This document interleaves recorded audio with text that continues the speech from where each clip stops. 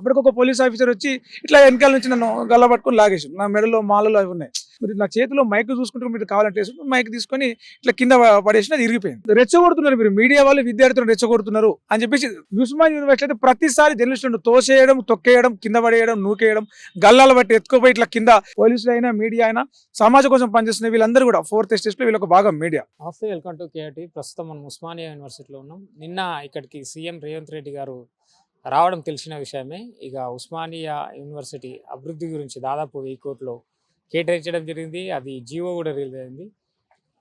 ఇక ఎంతోమంది దాదాపు 40 నిమిషాలు ఆయన ప్రసంగంలో నిరుద్యోగులు కళ్ళల్లో తులేసుకొని చూసిండ్రు. ఎక్కడైనా జాబ్ క్యాలెండర్ గురించి అయినా ఉద్యోగాల గురించి అయినా ఏమన్నా మాట్లాడతాడా అని. ఇక కొంతవరకు నిరుద్యోగులు ఆవేదన చెందుతూ అసహనం వ్యక్తం చేస్తూ రేవంత్ రెడ్డి గారు పోయేటప్పుడు కొన్ని నినాదాలు చేయడం జరిగింది. కొద్దిగా నిరసన సెగలాగా తగిలినాయి అనుకోవచ్చు. అదే క్రమంలో కొన్ని డిజిటల్ మీడియా యూట్యూబ్ ఛానళ్ళు ఆ నిరసనని, ఆ విద్యార్థులను, వాళ్ళ ఆవేదనను వీడియో తీస్తుంటే కొంతమంది పోలీసులు అత్యుత్సాహం ప్రదర్శించి మీడియా ఛానల్కి సంబంధించిన మాలలో ఉన్న ఒక అయ్యప్ప స్వామి మీద కొంచెం చేతి చేసుకోబోయిన పరిస్థితి కూడా చోటు చేసుకుంది. తెలుసుకుందాం అసలు పూర్తి వివరాలు. స్వామి చెప్పండి, ఏంది అసలు, ఏం జరిగింది? నిన్న ఉస్మాన్ యూనివర్సిటీకి 1000 కోట్లు ఇస్తున్న సందర్భంగా జీవో ప్రకటించి ఇక్కడ ముఖ్యమంత్రి గారు సభ పెట్టారు. అది మనందరూ తెలిసిందే. దాదాపు ఆయన గంట సేపు 40 నిమిషాల నుంచి 50 నిమిషాల వరకు మాట్లాడిన ఆ స్పీచ్లా ఎక్కడ కూడా ఒక్క దగ్గర కూడా జాబ్ నోటిఫికేషన్లు, జాబ్ క్యాలెండర్ ఎక్కడ కూడా ప్రస్తావన తీసుకురాలి. ఈ క్రమంలో అంతసేపు ఒక మాటననే చెప్తాడేమో అని చెప్పేసి, ఎట్లా అంటే మనం ఉడికిందాక అన్నం ఉడుకుతుంటే ఆకలిని పిల్లగాలని ఎట్లా వెయిట్ చేస్తారో అట్లా ఉస్మాన్ యూనివర్సిటీ విద్యార్థులందరూ మెడల్ ఐడి కార్డులు వేసుకొని, అంటే వేరే వాళ్ళని రానియలే, ఐడి కార్డులు చూపించడం మాత్రమే ప్రాంగణంలోకి రానిచ్చారు. కూర్చొని వెయిట్ చేసారు. ముఖ్యమంత్రి లేచి స్టేజ్ దిగేంత వరకు ఆఖరి ముఖరణ 6 నెలలకు వేస్తాం, 3 నెలలకు వేస్తాను ఒక మాట చెప్తారేమని వెయిట్ చేశారు.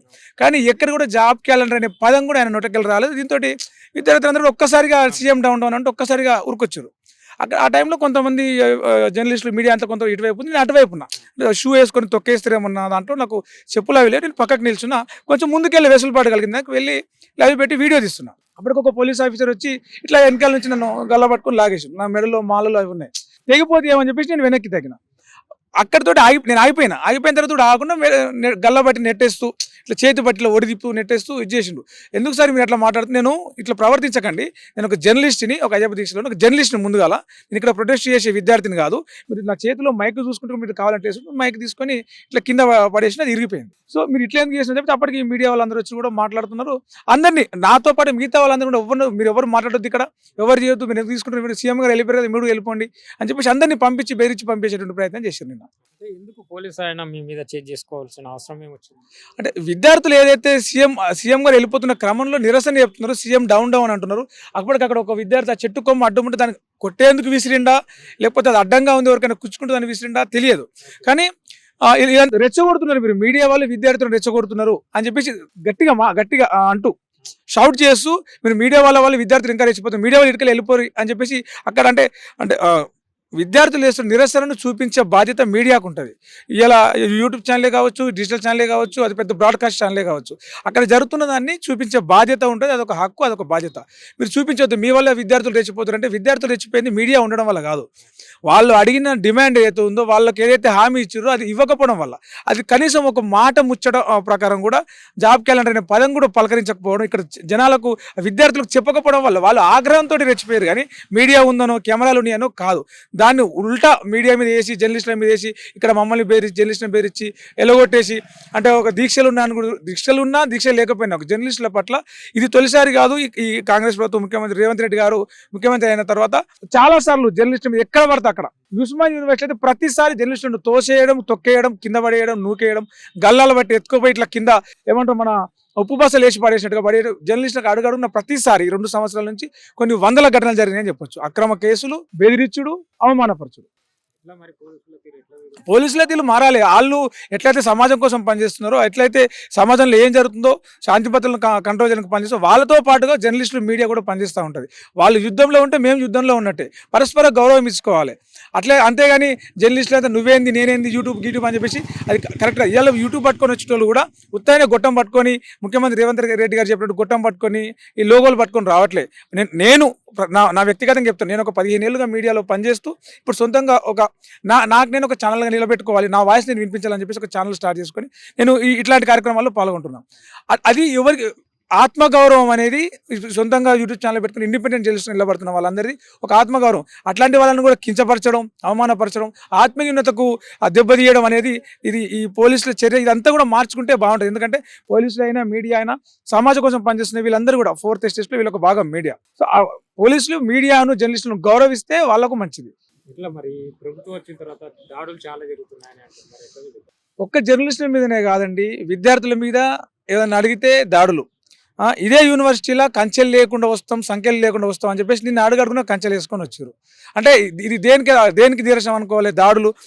నిరుద్యోగులు ధర్నాలు చేస్తే వాళ్ళ మీద దాడులు, రైతులు యూరియా అడిగితే వాళ్ళ మీద దాడులు. ఇప్పుడు మహిళలు, వికలాంగులు మన ఆడ ఏమంటారు నాచారంలో ఒక కంపెనీకి ఇదని చెప్తే అక్కడ అంటే ప్రైవేటు హక్కులు అడిగితే దాడులే, ప్రభుత్వం ఇస్తామన్న హామీలు అడిగితే దాడులే. ఈవెన్ స్థానిక సంస్థల ఎన్నికలల్లో ఇదే అధికార పార్టీకి వ్యతిరేకంగా నామినేషన్లు వేసిన సర్పంచ్ అభ్యర్థుల మీద కూడా కొట్టి బెదిరించి దాడులు చేసిన పరిస్థితి మనం చూస్తున్నాం. ఈ దాడుల వ్యవస్థ అందరికి ఏంటంటే ఈ వాతావరణం ఏంటంటే ఇందిరమ్మ రాజ్యంలో ఇట్లనే ఉంటుంది. ప్రజాప్రభుత్వం అంటే ప్రజలను మాట్లాడనీయకుండా చేసే ప్రభుత్వం, ప్రజలు ఏదైనా అడిగితే వాళ్ళ గొంతు విసికే ప్రభుత్వం.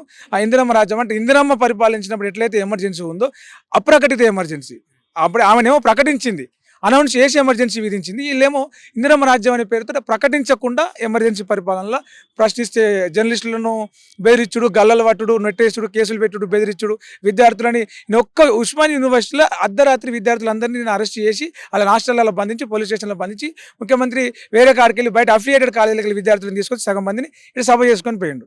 ఇదేనా ప్రజాస్వామ్యం అంటే? ఇదేనా ప్రజాప్రభుత్వం అంటే? ప్రజలను రానివచ్చు కదా. ఇదే ఉస్మానియా వేదికగా తెలంగాణ ఉద్యమం ఉవ్వెత్తున ఎగిరింది. మరి ఏం చెప్తారు? గత ప్రభుత్వం కానివ్వండి, ఏ ప్రభుత్వంలో కానీ ఏమైనా తేడా కనిపిస్తుంది? ఏ ప్రభుత్వం అయినా, గత ప్రభుత్వం అయినా, తెలంగాణ రాకముందుకున్న ప్రభుత్వం అయినా, ఇప్పుడు తెలంగాణ వచ్చిన తర్వాత అయినా, ఇప్పుడున్న ప్రభుత్వం అయినా, ఏ ప్రభుత్వం అయినా విద్యార్థులను కన్నబిడ్డలాగా చూసుకోవాలి. విద్యార్థులు మన పిల్లలను ఎట్లా చదివించుకుంటామో వాళ్ళ మన పిల్లలకు పుస్తకాలు, ఆ లంచ్ బాక్స్లు ఎట్లా ఏ యూనివర్సిటీ విద్యార్థులైనా, ఏ కాలేజీ, ఏ హాస్టల్ విద్యార్థులైనా అట్లా చూసుకుంటే ఉద్యమాలు వస్తాయండి. ఇప్పుడు మళ్ళీ ఉద్యమాలు రావని గ్యారంటీగా చెప్పలేము. ఎందుకంటే ఈ 2 నెలల పరిపాలననే చాలా ప్రజలు, నిరుద్యోగులు, విద్యార్థులు, జర్నలిస్టులు అందరూ సాలరా నాయన అన్నట్టుగా ఉంది. ఇప్పుడు రేపు కూడా రాబోయే 3 నెలలు కూడా ఇలాంటి ఉస్మానియా యూనివర్సిటీలో మళ్ళీ ఉద్యమాలు పుట్టుకోకుండా తప్పదు. ఏం చెప్తారు చివరిగా? నిన్న నిరుద్యోగులకు నిరాశ కలిగిందని అనుకోవచ్చా? ఎట్లా ఏమంటున్నారో? నిరుద్యోగులకు నిరాశనే. విద్యార్థులకు కూడా 1000 కోట్లు అనేది ఒక జీవో కాగితం మీద సంతకం మాత్రమే, ఇంకా 1000 కోట్లు రాలేదు. వస్తే రావో కూడా తెలియదు. ఎందుకు ఇట్లా అంటున్నంటే 42% అని చెప్పేసి ఒక జీవో తీసుకొచ్చారు. అసెంబ్లీలో చట్టం తీస్తామని చెప్పేసి. ఏది 42%? అదాన్ని అనుకున్నప్పుడు జీవో 1000 కోట్లు వస్తేనేది, నా దగ్గర పైసలు లేవు, అప్పు పుడతలేదు, చెప్పులు ఎత్తుకోబెట్టి చూస్తున్నారు, దొంగ లెక్క చూస్తున్నట్టు 1000 కోట్లు ఏడుకెళ్ళి తెచ్చిస్తారు ఒక ఉస్మానియా యూనివర్సిటీకి. ఉస్మానియా యూనివర్సిటీకి 1000 కోట్లు ఇవ్వండి, సంతోషం. మరి మిగతా యూనివర్సిటీలు కూడా కావాలి కదా, ఇంకా 10,000 కోట్లు కావాలి. మరి అవి ఏడుకెళ్ళి తెస్తారు. సో ఇవన్నీ కూడా ఏదో ఇప్పుడు ఉస్మానియా యూనివర్సిటీలకు రావాలంటే ఉత్తగా వచ్చే పరిస్థితి లేదు. అందుకే 1000 కోట్లు ఇస్తున్నా అనే ఉద్దేశంతో వచ్చిందని నేను అనుకుంటున్నాను. ఏం లేదు, ప్రజలకు ఇచ్చిన హామీలు, వాళ్ళకి ఏం చెప్పైతే అధికారంలోకి వచ్చారో, మేము మార్పు చేస్తామని ఏదైతే అధికారంలోకి వచ్చారో వాళ్ళు చెప్పిన మార్పే తీసుకొస్తే చాలు. 10 ఏళ్ళు నేను ఉంటా అంటున్నా, 20 ఏళ్ళు ఉండని. ప్రజలు కోరుకున్న దాన్ని చేస్తే ఏ ప్రభుత్వం అయినా కొనసాగుతుంది. లేకపోతే ప్రజల నుంచి ప్రతిస్పందన అంతకు డబుల్ ఉంటుంది అని చెప్పేసి నా అభిప్రాయం. అంటే పోలీసుల తీరుని బట్టి చివరిగా ఏం చెప్తారు? ఎట్లా పోలీసుల తీరైతే ప్రజల పట్ల కానీ, విద్యార్థుల పట్ల కానీ, నిరుద్యోగుల పట్ల కానీ, జర్నలిస్టుల పట్ల కానీ ఇంత కర్కశంగా ఉండొద్దండి. మీరు శాంతి భద్రతలు అదుపులో ఉంచండి, మీ డ్యూటీ మీరు చేయండి, మీ గౌరవం మీరు ఉంచుకోండి, ఇతరులకు ఇచ్చే గౌరవం మీరు ఇవ్వండి. అంతేగాని మీరు నోటుకు వచ్చినట్టు ఇట్లా మాట్లాడి, నోటుకు వచ్చినట్టు ఇట్లా చేస్తే అంటే అధికారం మీ చేతిలో లా అండ్ ఆర్డర్ ఉండొచ్చు, లాఠీ ఉండొచ్చు, మీ చేతులు మీకు కాకి యూనిఫామ్ ఉండొచ్చు. అది సమాజం కోసం పనిచేయాలి, పౌరుల కోసం పనిచేయాలి. పౌరుల మీద అధికారం చెలాయించడానికి, వాళ్ళ మీద పెత్తనం చెలాయించడానికి, వాళ్ళని కొట్టడానికి, వాళ్ళ గొంతు తీసుకోవడానికి కాదు అనేది నేను చెప్పదలుచుకున్నాను.